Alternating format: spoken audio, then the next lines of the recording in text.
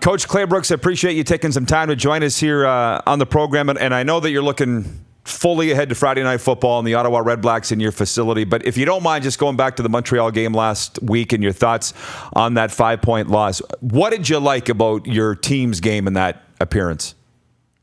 We play well in spurts and in phases.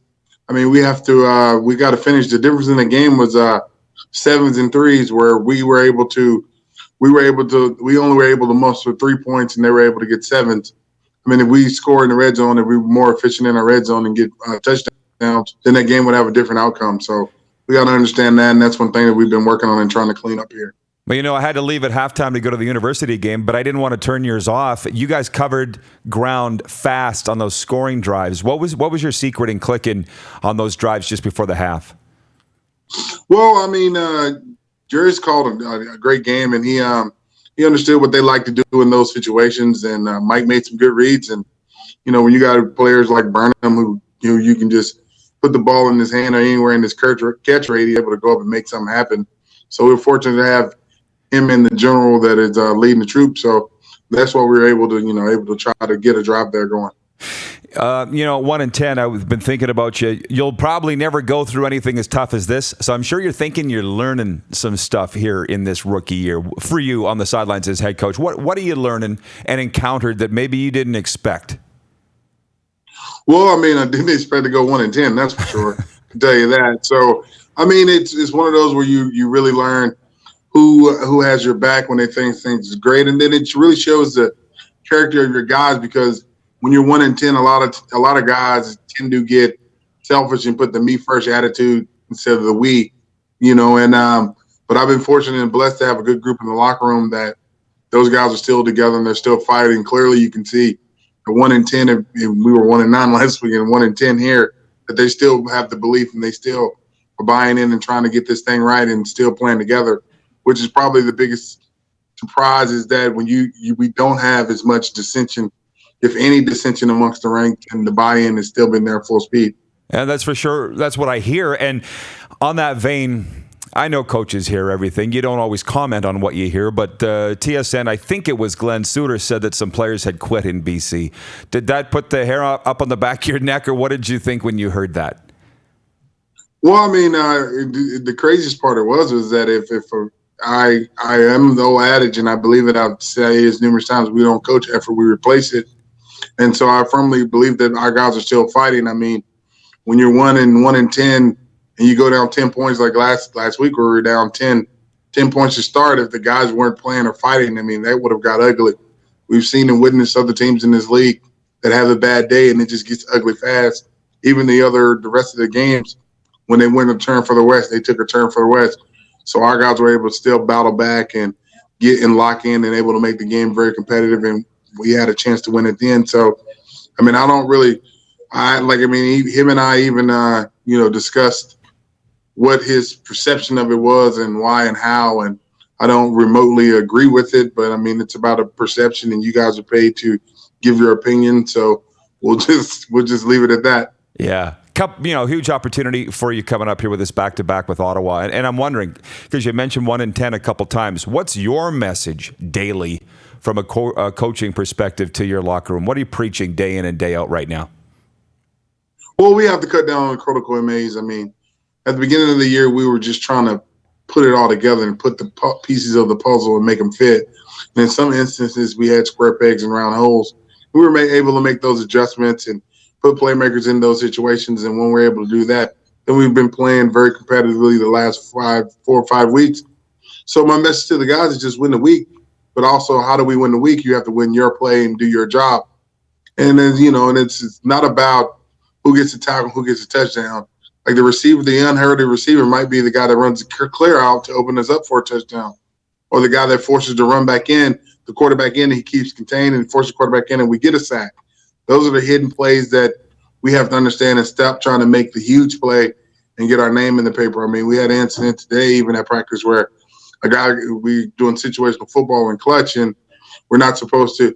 Defense has the lead, and we have a guy biting on a slant go when you should never get beat. You should back off. But those are the best part about those moments, or those are the teaching moments where you can stop practice and say, this is what's got us beaten in this game or in this situation.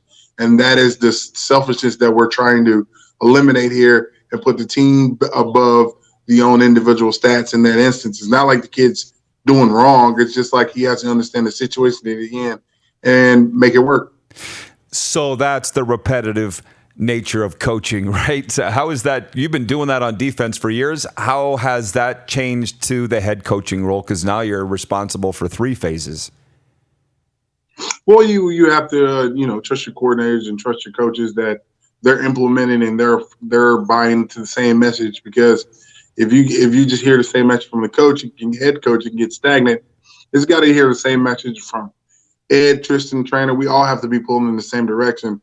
In order to get a successful program, it's not about having a successful coach or GM or coaches or players. It's about the organization from top to the bottom pulling in the same direction with the same belief. And we're slowly evolving into that. I mean, Rome wasn't built in a day. So we understand that we didn't want to try to come in here and make a quick fix and put a Band-Aid on the nosebleed. We wanted to build a solid foundation to where we can be competitive years and years to come. And now I think we're slowly taking the steps to do that. Well, that seems to be, from where we're watching, a united front out of BC. Everybody I talk to is saying the same thing. And you've mentioned Ed here a couple times. What's the message from Ed? He wouldn't have hired you if he didn't believe in you. I know he still believes in you. What's the message from the big cheese? Well, I mean, he has the faith that we're doing it the right way. We talk all the time, and we're friends as well. So it's one of those where we understand we both have a job to do, and we're in a performance-based business. And right now we're 1-10, and that's what our record says we are, and that's where we are. So we're staying true to the plan. We're staying true to what we believe in the direction and making this team better in those steps.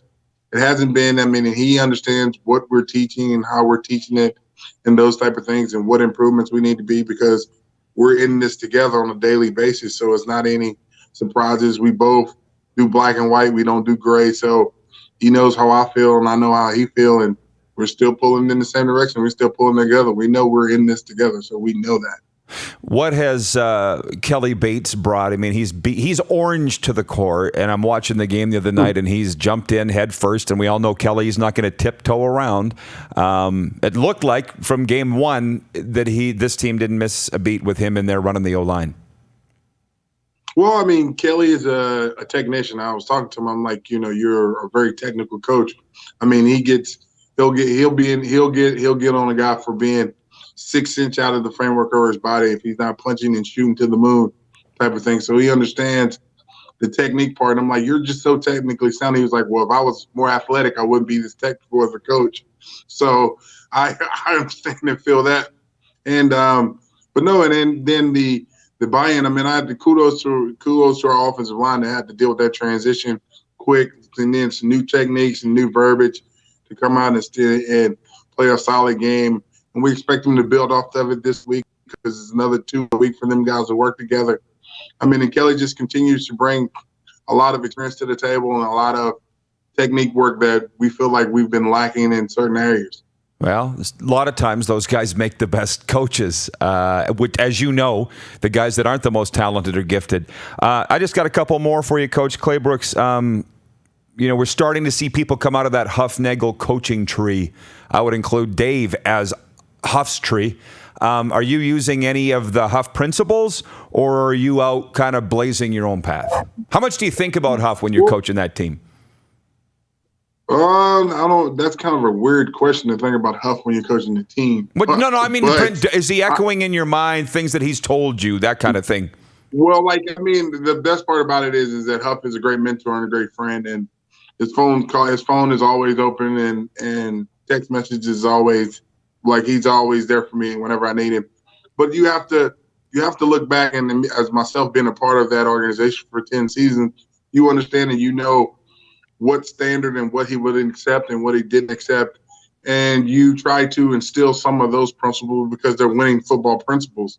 And you can take those and you try to grow them. Of course, you put your own little spin on them. And of course, some things he was more of a stickler for than I am and those type of things. But all in all, the bottom line is to get the most out of your players in a respectful manner and do not embarrass your organization, and to put the team and the name on the front of the jersey before the name on the back. And those are the things he preached. He football. Those are the things that you preach and know. And and the funny thing is, I heard myself telling my kids one day, I was like, that's just bad football. That's just going to get us beat. That is just bad football. And I remember I went inside on a play or something when I was playing for Huff, and he was like, that's just bad football. That was going to get us beat. And I had like a little smile on my face when I told one of my kids that, because it made me think about when Huff told it to me. That's what I meant. I didn't word it properly, but I guess when I'm dealing with situations in life, I hear whether it's my dad or mentors that I've had, right? Those are the things that are in my 100%. head. That's what I meant. And just lastly, with the Redblacks at 3-8, back-to-backers here. Have you guys haven't had a back-to-back this year? Have you yet with anybody? No, we haven't. Yeah, so this will be our first back-to-back. Right. So preparing for it, I mean, you've prepared for teams back-to-back for years as a defensive coordinator, but this represents a huge opportunity for your season.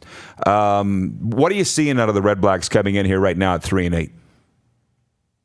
Well, I mean, they got Jonathan Jennings, who I think, if I'm not mistaken, last week led the league in passing percentage. You know, he was very efficient with the ball. I mean, and they got a running back that can run, and they still have weapons.